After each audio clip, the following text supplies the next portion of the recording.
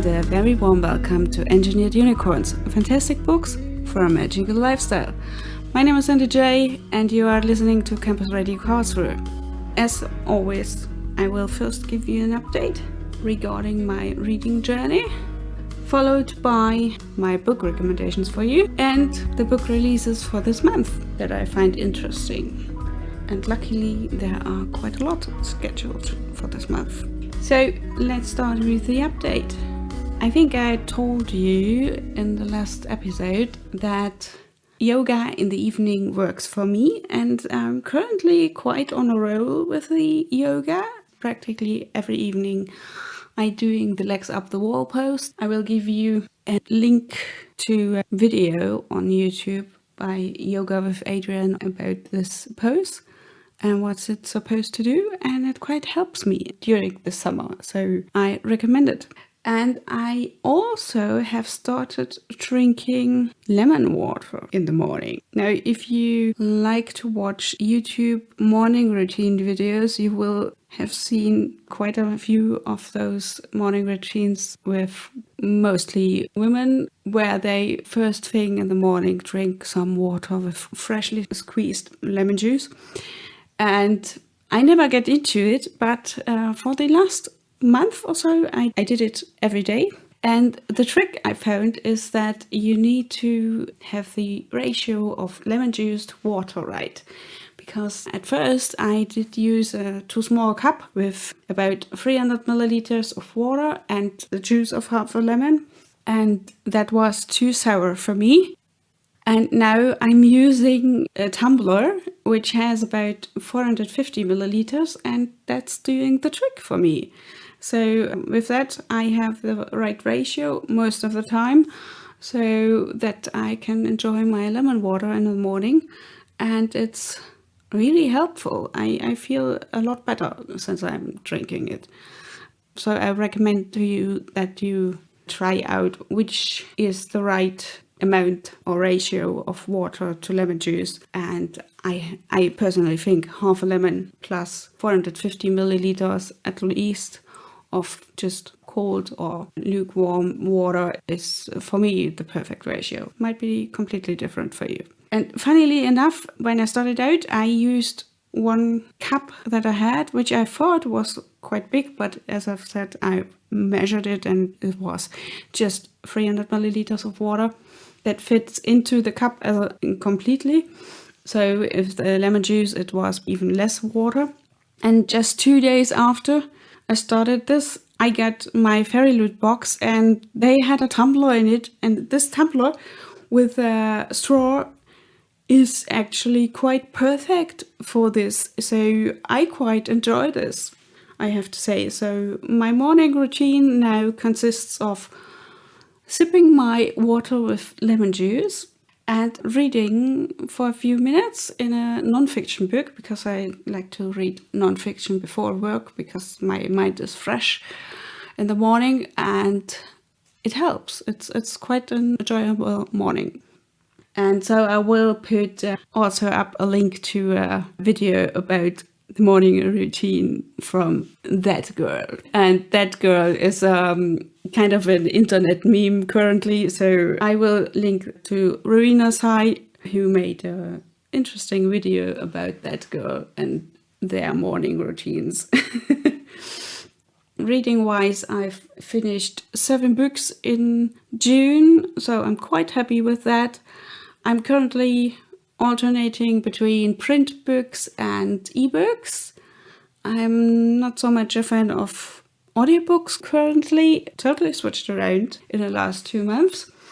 And nevertheless, I will recommend to you today a non-fiction book which I read as an audiobook, and I will recommend to you an ebook that I've read. So with that, we are at my book recommendations for you for this month. Both books you can get at the Karlsruhe City Library, but as German versions of these books.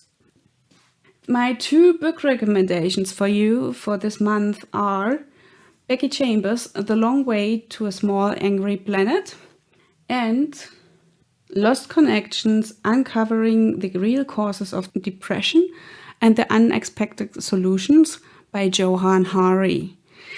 Now, let's get started with the non-fiction recommendation, the audiobook that I have read, and that's Lost Connections by Johann Hari.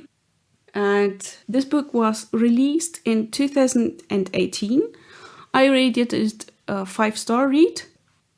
Actually, this book brought me to tears, which is highly unusual for me.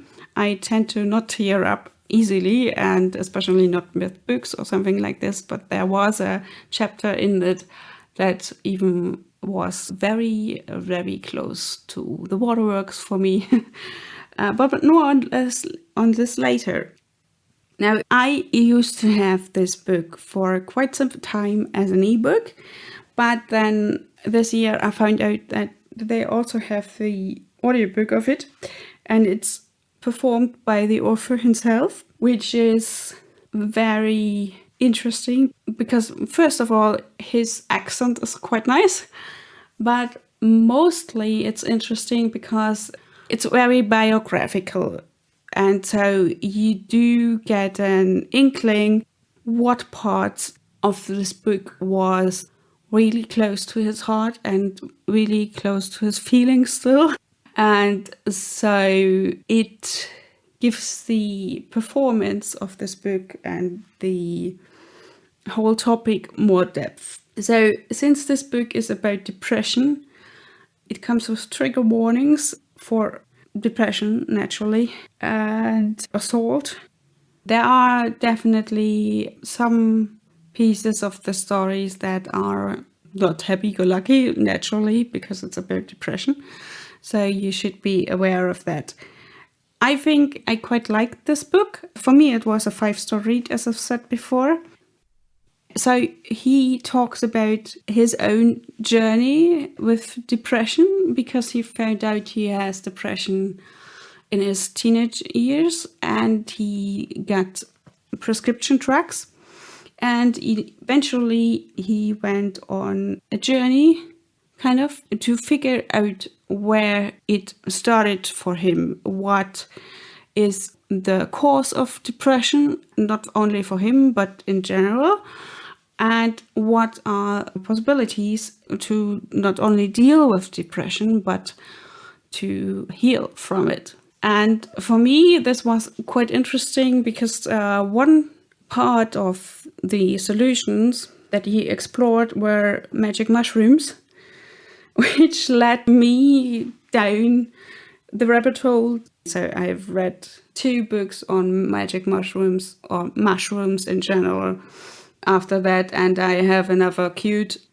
Regarding this book, it's naturally divided in several chapters, and there's a very distinct difference between the chapter heads and the chapter topics in itself, because when he reads or performs the chapter head, they are always very upbeat. He seems very happy, but the topics are quite hard to stomach, and there are on several chapters it's that way that he ends on a very, very sad note on this chapter before, and then there starts the new chapter with a very upbeat chapter head. So it was something that I recognized and I found interesting, this juxtaposition of sad to happy.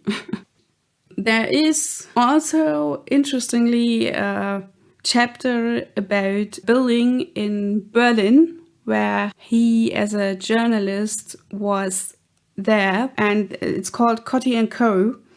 It's about the Kottiplatz in Berlin and what happened there. That has quite the history because of when Berlin was divided by the Berlin Wall. So this was the chapter that brought me close to tears.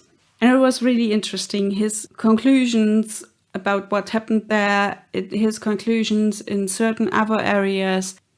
It's not that he, in the end, says there's just one solution. It means that we still need to think more about depression and about how our society treats people and how our psyche is very, very, well, not fragile, but very, very much part of our societal surroundings and impressioned by our societal surrounding. So this is definitely a learning experience, and I can wholeheartedly recommend this book for you. Be aware of the trigger warnings, but I think it's a really good book, and if you want to read it and you're in Karlsruhe and know how to read German, the Karlsruhe City Library has this book. My second book recommendation for you today is The Long Way to a Small Angry Planet by Becky Chambers. It was self-published in 2014 by her, and she financed this publication via a Kickstarter campaign, and it later on won a Hugo Award. Now, what's it all about? It's essentially like a road trip, you could say. It's about a crew on a tunneling spaceship. So they are building wormholes. This spaceship crew is very much interspecies. So there are humans on it, but there are also other species on it. And what I really liked about this book was that it's not human-centric. I used to be a Trekkie, so I liked Star Trek a lot. And my first Star Trek series was The Next Generation.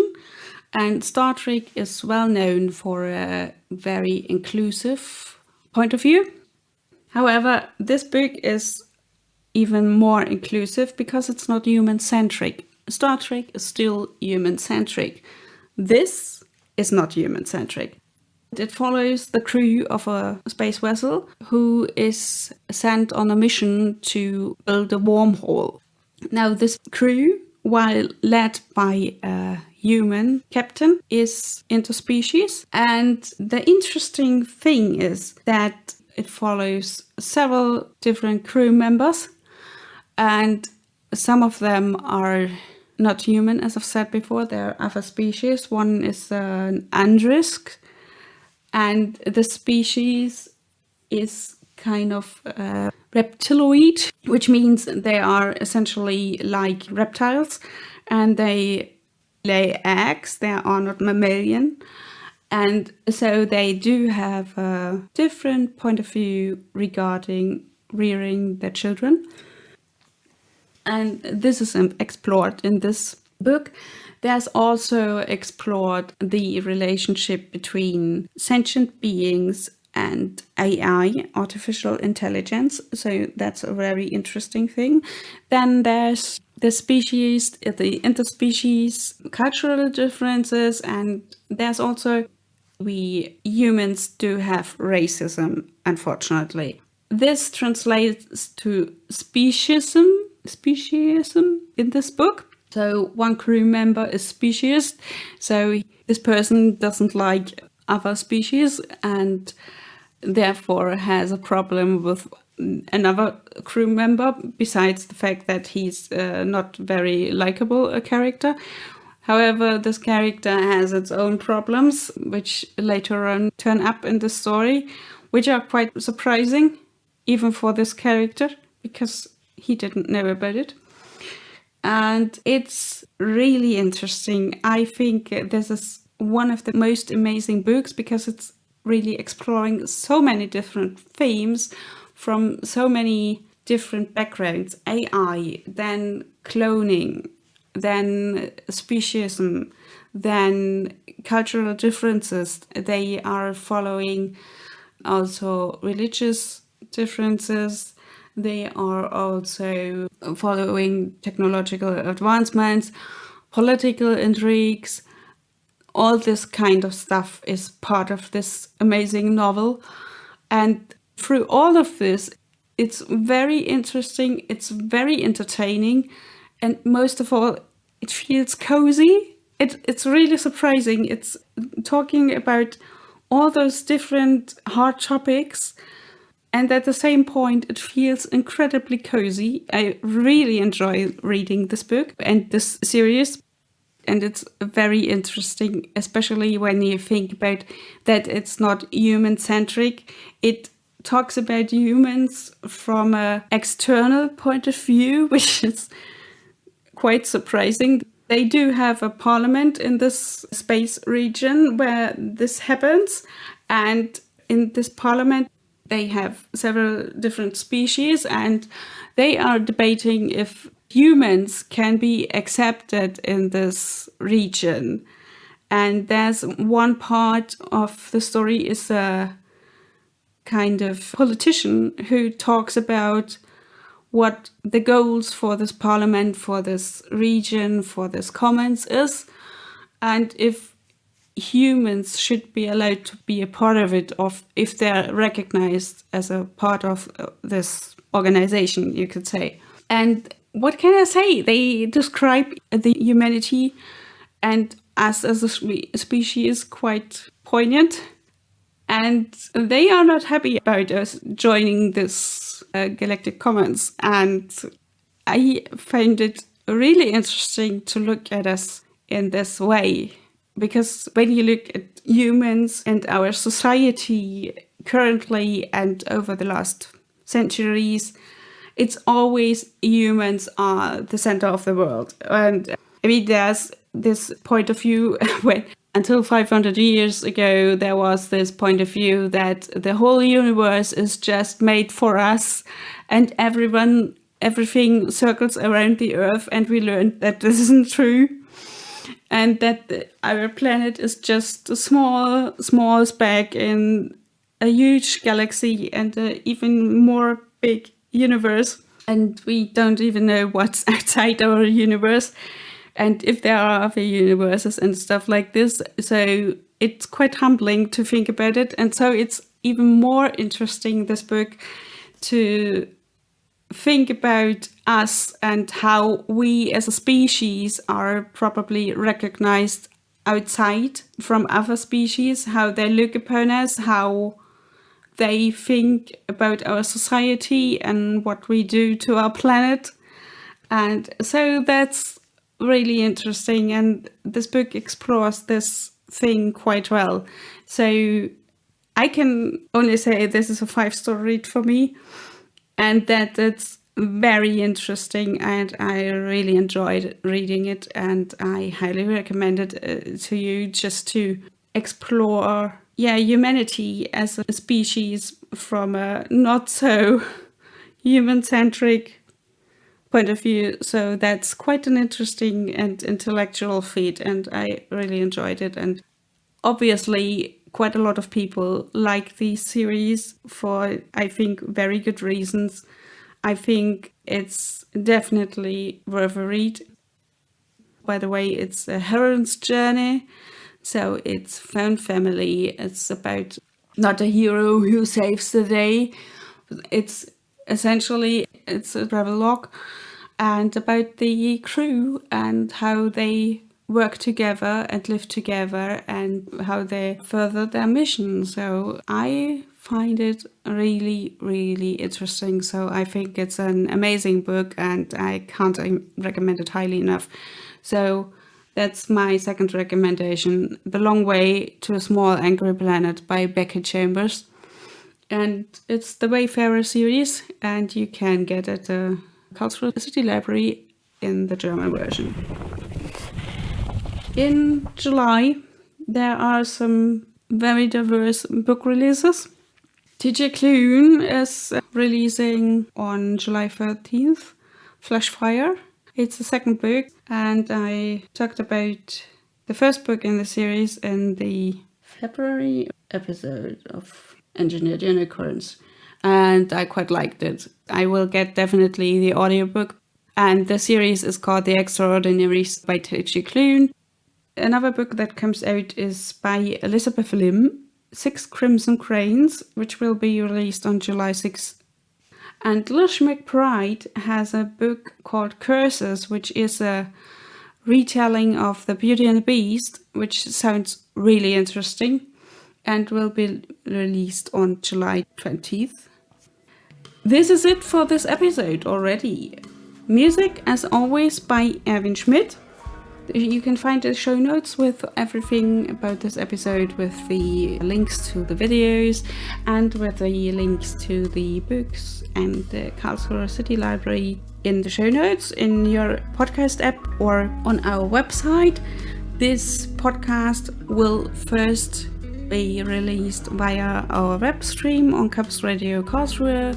Then it will drop on the normal platforms, and it will also be broadcasted old school at 104.8 UKW FM radio. So my name is SandyJ. You are listening to Campus Radio Karlsruhe's Engineered Unicorns podcast, and I hope you have a nice July. Hear you soon.